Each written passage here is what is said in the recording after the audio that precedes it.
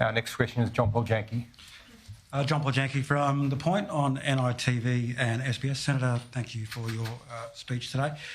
Senator, our invitation to you to come on The Point is still open, and we'd love to have you on the show in our last remaining shows up until October 14.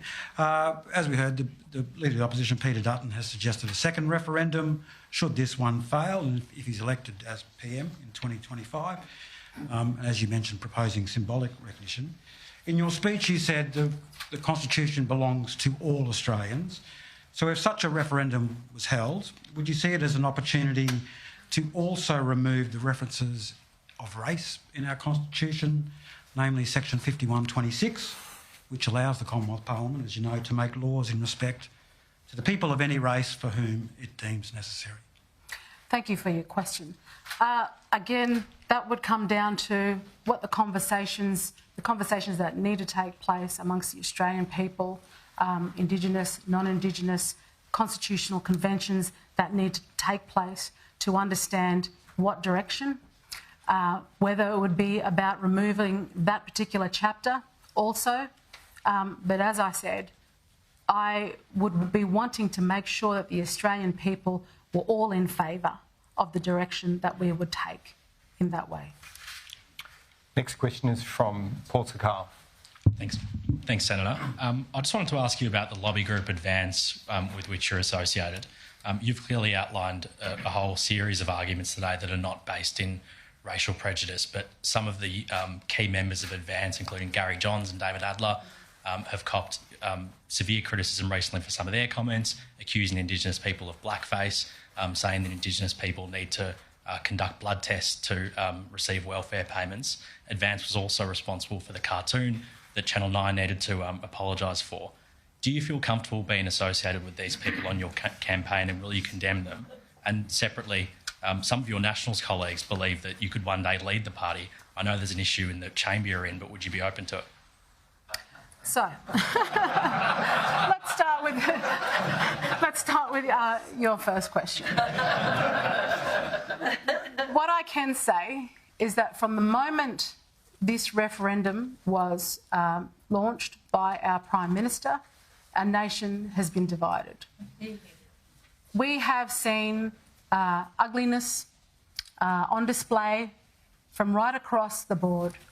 I know myself, Warren Mundine, have been the subject of horrible racial vilification.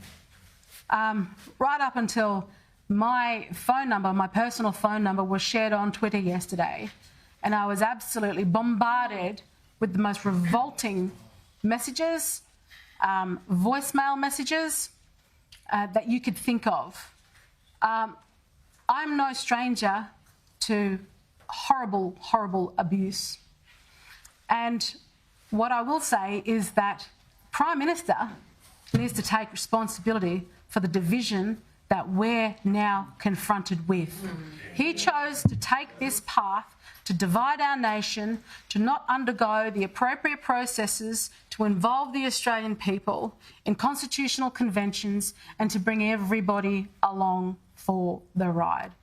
And I condemn all kinds of horrible behaviour that has come out as a result of this.